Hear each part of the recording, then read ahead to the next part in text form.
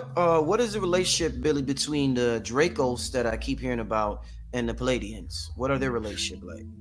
So these Dracos seem to be a group of beings that are a very, very warring race that are always trying to take over and dominate.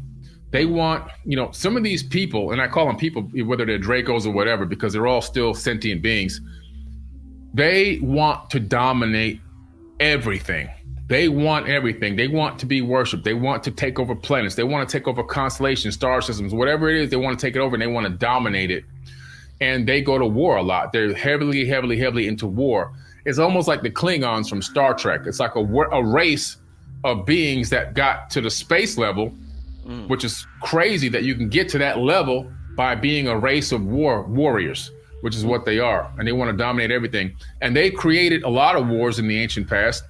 If you look at the Ubaid culture, pre-Anunnaki, Ubaid, Ubaid, they landed on this planet long before the people we know as Anunnaki got here, even though they would be considered an Anunnaki too, because they're just, they got here before. I'm separating them now because the Ubaid culture got here before the ones that we knew turned us into slaves.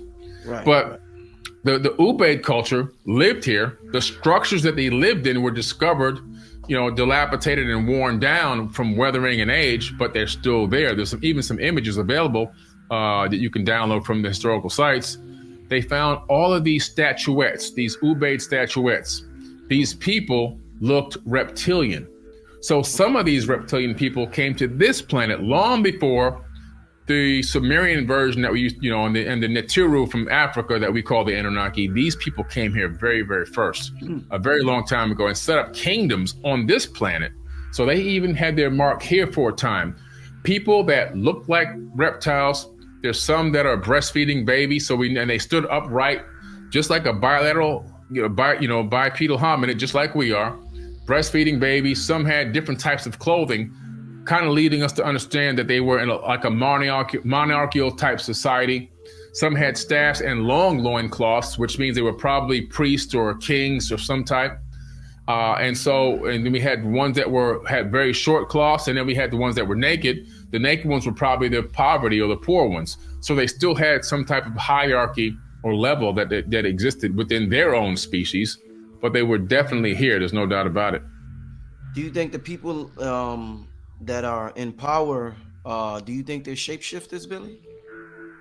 That's a good question. Shapeshifters, we hear David Icke talk about that a lot. Yeah, I've been looking into shapeshifters for just recently over the last maybe 2 months, because I've been watching this show called Resident Alien on Netflix, and he's a shapeshifter.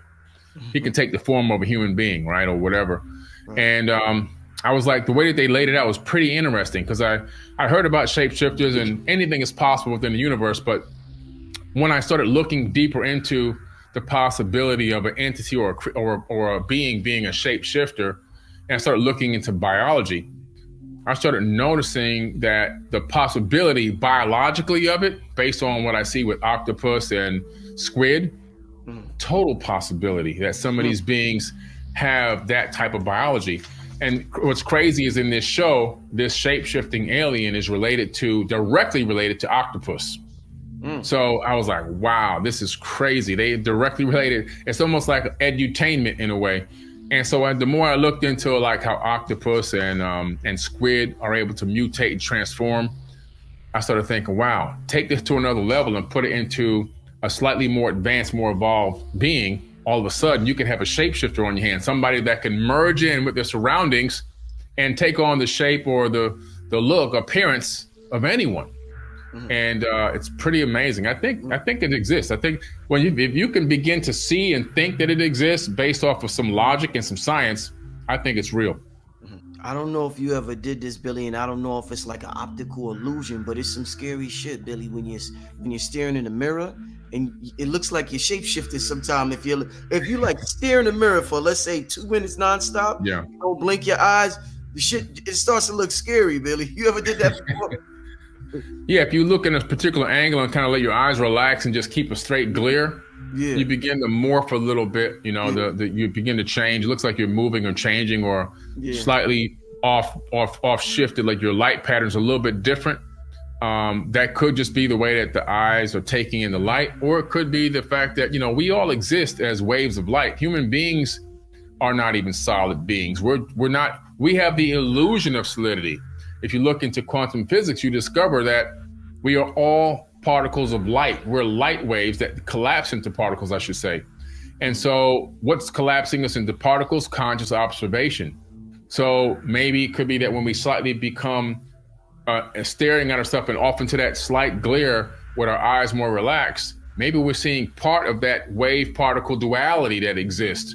In quantum physics, there's something called wave particle duality, and physics.org took the very, very first image of a light wave as it was shifting back into a particle about 4.5, 5 years ago. I talked about it in one of my lectures, and I provided the physics.org article, which is a peer-reviewed science article. It's actually in my book, Compendium of the Emerald Tablets, as well. So for the camera to be able to see a light wave shifting back into solid matter, it's quite possible. Maybe we have the same ability under the right conditions.